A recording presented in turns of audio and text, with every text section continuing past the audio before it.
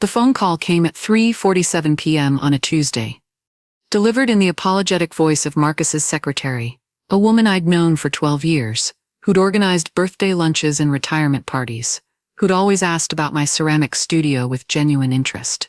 She was calling to inform me that my husband wouldn't be coming home that evening, or any evening thereafter, because he'd moved in with Stephanie from marketing. My name is Catherine Wells, and at 52, I thought I understood the architecture of my life. I lived in a colonial house in Westchester County, taught pottery classes at the community center twice a week, and had spent 24 years married to a man who apparently found my crow's feet less appealing than a 28-year-old's Instagram feed. Standing in my kitchen that afternoon, still holding the phone against my ear long after the dial tone had begun, I felt something fundamental shift inside me, not break, exactly, but transform, like clay under intense heat. The weeks that followed blurred together in a haze of legal consultations and sleepless nights. Marcus returned twice, once to collect his suits and golf clubs, once to inform me he was in love, and that our marriage had been dead for years. I watched him pack his books into cardboard boxes, this stranger who'd shared my bed for over 2 decades, and realized I felt nothing but a strange, hollow relief. "You never really knew me, did you?" I asked him, as he loaded the last box into his BMW. He paused, keys jangling in his hand. "Cat, we grew apart. It happens." "No," I said quietly. "You never bothered to look." The divorce proceedings stretched across 8 months. Marcus fought for the house, our house, he called it, though I'd inherited it from my grandmother, and had lovingly restored every room. He wanted half of everything. My grandmother's antique furniture, the savings account I'd built with earnings from my pottery, even my studio space. Through his lawyer, he painted me as an underachieving housewife who'd contributed little to our financial stability. His words stung because they echoed my own deepest fears. For years I'd diminished myself, making my art smaller so his career could seem larger, speaking less at dinner parties so he could hold court, apologizing for the clay under my fingernails, as if creativity were something shameful. But as I sat across from him during mediation sessions, watching him perform his practiced victim narrative for our lawyers, something crystallized inside me. I began to see Marcus clearly for the first time, not as the successful executive I'd admired and supported, but as a man so fundamentally insecure that he needed to diminish others to feel substantial himself. The settlement gave me the house, but left me with limited financial resources. Marcus took his generous severance package from the tech company and moved to Miami with Stephanie. I was alone for the first time since I was 28, rattling around in a house that suddenly felt too large and too quiet. For months, I drifted. I stopped teaching pottery classes, barely left the house except for groceries, and spent most days in my studio staring at the wheel without touching clay. Friends called less frequently, as my responses grew monosyllabic. Even my sister Rebecca, who'd flown in from Seattle immediately after the divorce was finalized, eventually stopped her weekly check-ins. "You're scaring me, Kat," she'd said, during her last visit. "It's like you've disappeared." She wasn't wrong. I felt ghostly, insubstantial, as if Marcus had taken not just his belongings but some essential part of me when he left. The turning point came on a rain-soaked Thursday, in March. I was cleaning out the basement when I discovered a box of my early pottery pieces I'd made in graduate school, before marriage and compromise had taught me to make my work smaller, safer, more conventional. I lifted out a large vase, its surface alive with bold geometric patterns in deep blues and burnt oranges. It was ambitious, unapologetic, fearless in a way I'd forgotten I could be.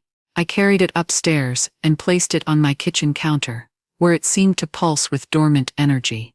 For the first time in months, I felt something stir inside me, not happiness, exactly, but a recognition of possibility.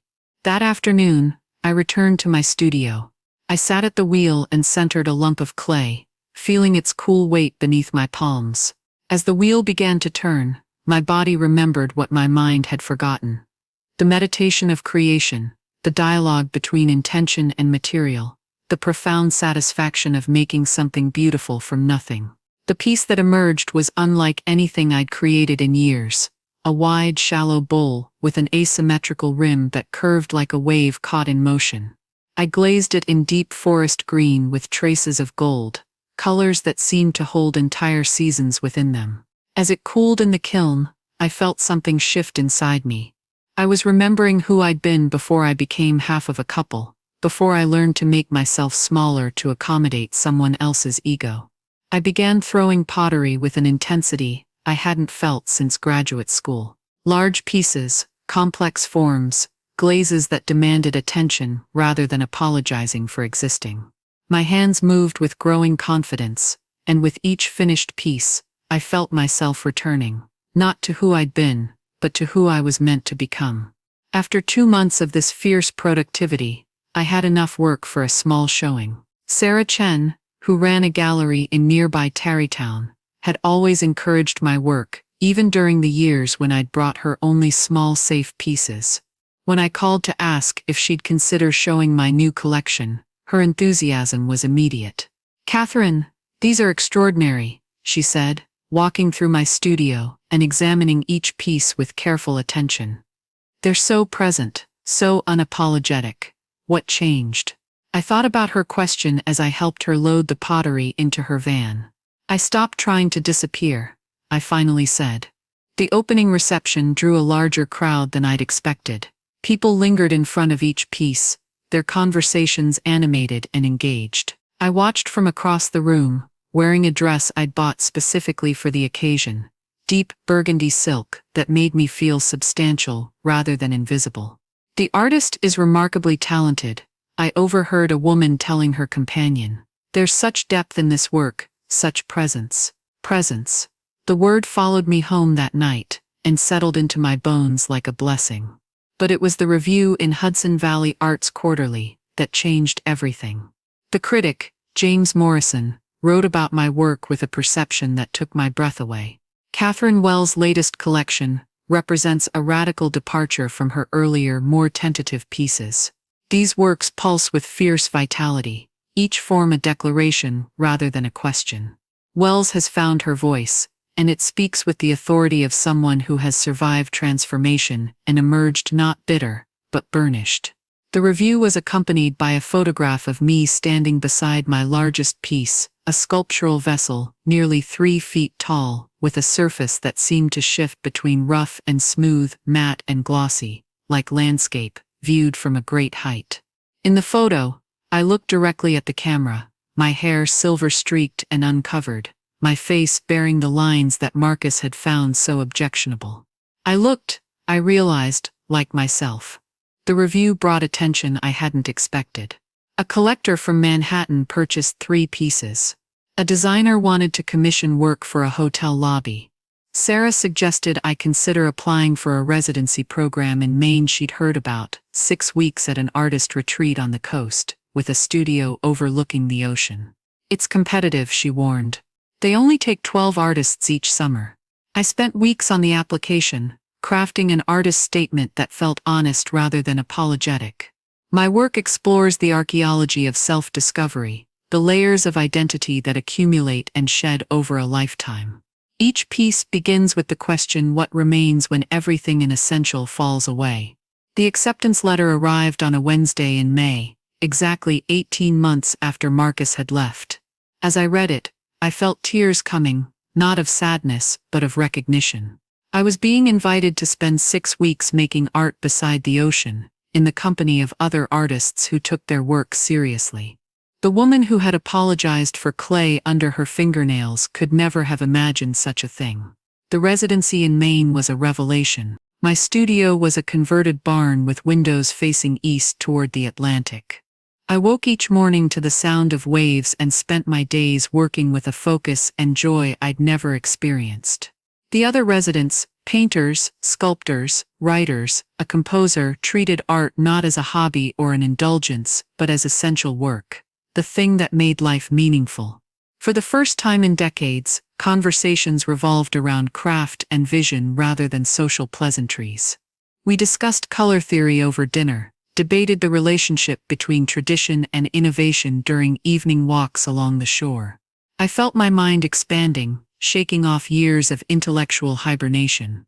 My work during those 6 weeks was the strongest I'd ever created. Pieces that seemed to emerge from some deep, previously untapped source.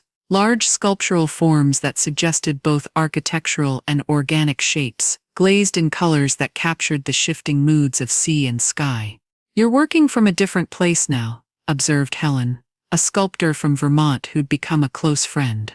"There's fearlessness in these new pieces." She was right. Fear had been my constant companion for so long that I'd forgotten what it felt like to work without it, to make decisions based on artistic vision rather than the anticipation of judgment. On my last day at the residency, I stood in my studio surrounded by 6 weeks' worth of work and felt a completeness I'd never experienced. Not the contentment of finishing a task, but the deeper satisfaction of having honored something essential within myself. Returning home felt strange at first. The house seemed different.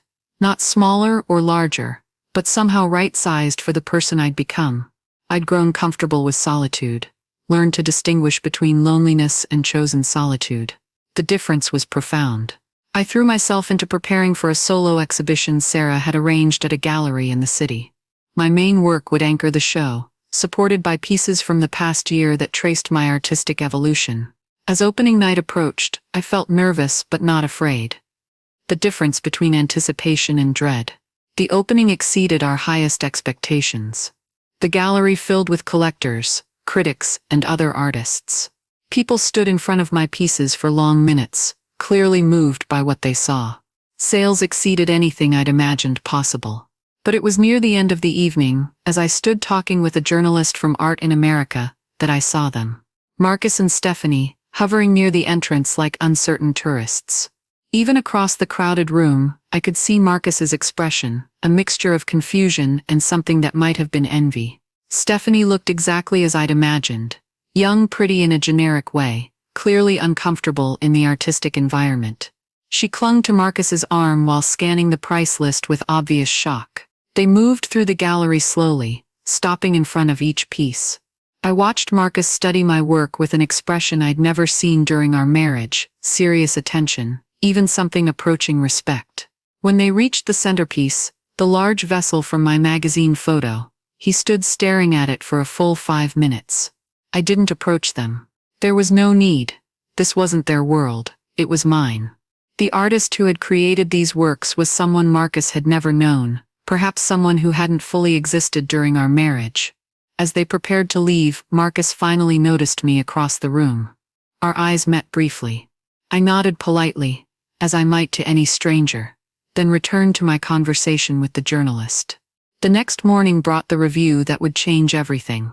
New York Times art critic Jennifer Walsh had attended the opening, and her review was more generous than I'd dared hope. Catherine Wells emerges as a mature artist, working at the height of her powers. Her latest ceramics transcend craft to become sculptures of remarkable emotional resonance. Wells has transformed personal upheaval into artistic triumph, creating works that speak to universal themes of resilience and renewal. The review was accompanied by a photograph of me standing beside my work, looking directly at the camera with an expression of quiet confidence. I was wearing a simple black dress and silver jewelry I'd made myself, my gray-streaked hair pulled back to reveal a face that was undeniably older, but somehow more present than in any photograph from my marriage. Within days, the review had been picked up by art blogs and shared on social media. Gallery visitors began requesting artist talks. A major collector inquired about commissioning a series. Most surprisingly, Harper's Bazaar called about featuring me in an upcoming issue about women who had reinvented themselves after 50. The magazine shoot was unlike anything I'd ever experienced. The photographer, a woman in her 30s with an infectious enthusiasm, directed me through poses that felt natural rather than contrived. She photographed me in my studio, hands covered in clay, surrounded by works in progress. She captured me glazing a piece, the concentration on my face absolute. In the final shot, I stood in my garden beside a sculpture I'd placed there, looking not at the camera but towards something beyond the frame, the future, perhaps, or simply the next piece waiting to be born. When the magazine appeared on newsstands 3 months later, I barely recognized the woman on the cover. The headline read, "The Art of Starting Over, How Catherine Wells Found Her True Voice at 52. The woman in the photograph looked substantial, purposeful, undeniably herself. The feature article inside was thoughtful and thorough, exploring not just my artistic journey, but the broader themes of reinvention and creative courage. The writer had interviewed other artists who'd found their voices later in life, creating a narrative about the particular power of work made without the desperate need for approval that often drives younger artists. But it was a single paragraph near the end that moved me most deeply. Wells speaks about her work with the quiet authority of someone who has learned to trust her own vision. "I spent years trying to make art that wouldn't offend anyone," she says, her hands already reaching for another piece of clay. "Now I make work that honors what I actually see and feel. The difference is everything." The magazine generated more attention than I'd imagined possible. Orders for commissioned pieces began arriving faster than I could fulfill them. Museums inquired about acquiring work for their permanent collections. A publisher approached me about writing a book combining my artistic journey with practical guidance for other late-blooming creatives. But perhaps the most meaningful response came in the form of letters, dozens of them, from women who'd seen the magazine and recognized something of their own stories in mine. Women who'd spent decades making themselves smaller, who'd lost themselves in marriages or careers that demanded self-erasure, who were beginning to wonder if it might not be too late to begin again. "Dear Miss Wells," wrote one woman from Texas, "I'm 58 and have been telling myself for years that it's too late to pursue the writing I abandoned when I married. Your story gives me hope that perhaps it's not too late after all."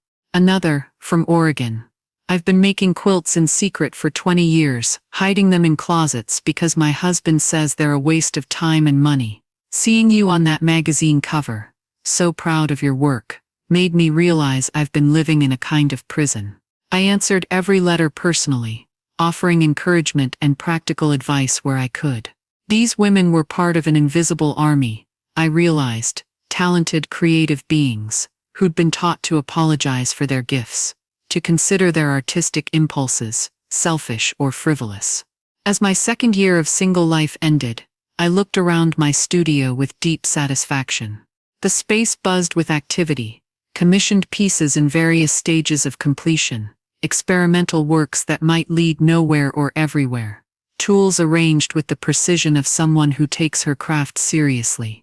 I'd hired an assistant, a recent art school graduate named Maya, who brought fresh energy and different perspectives to the studio. Working with her reminded me of the joy in sharing knowledge, in watching someone else discover their capabilities. The house no longer felt too large. I'd claimed every room for myself, converting Marcus's former office into a library, where I read voraciously about art history and technique, transforming the formal dining room into a space for photographing completed pieces.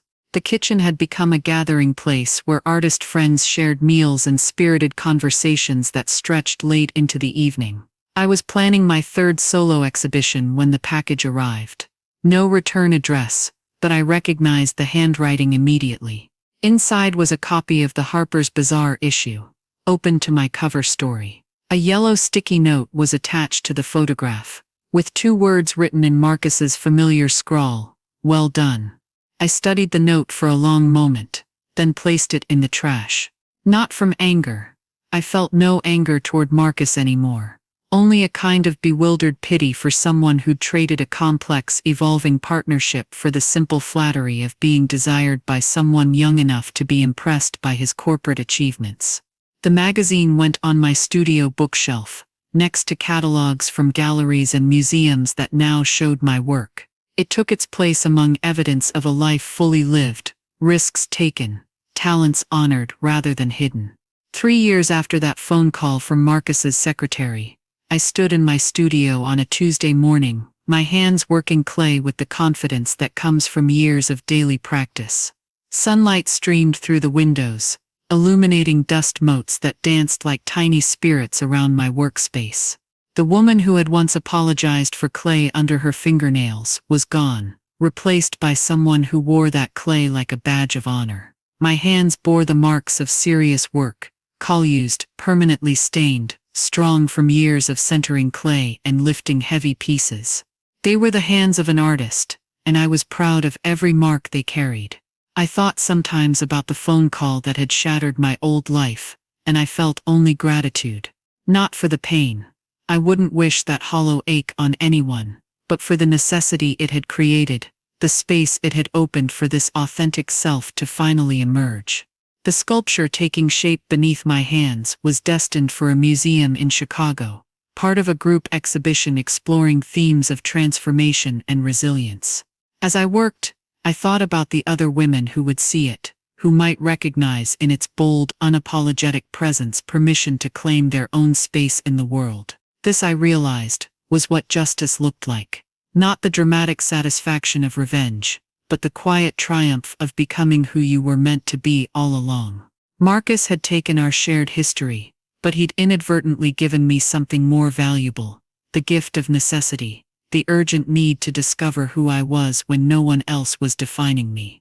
I centered another piece of clay on the wheel and began again, as I did each morning now, with the profound satisfaction of work that honored both my past struggles and my present strength. The wheel turned, my hands moved with practiced certainty, and somewhere in the marriage of intention and material, another small piece of my authentic self was born. Outside, the world continued its complex dance of creation and destruction, loss and renewal. Inside my studio, surrounded by the evidence of my resurrection, I worked with the steady joy of someone who had learned to trust her own hands, her own vision, her own voice. The woman on the magazine cover looked back at me sometimes from her place on the bookshelf, but she was no longer a stranger.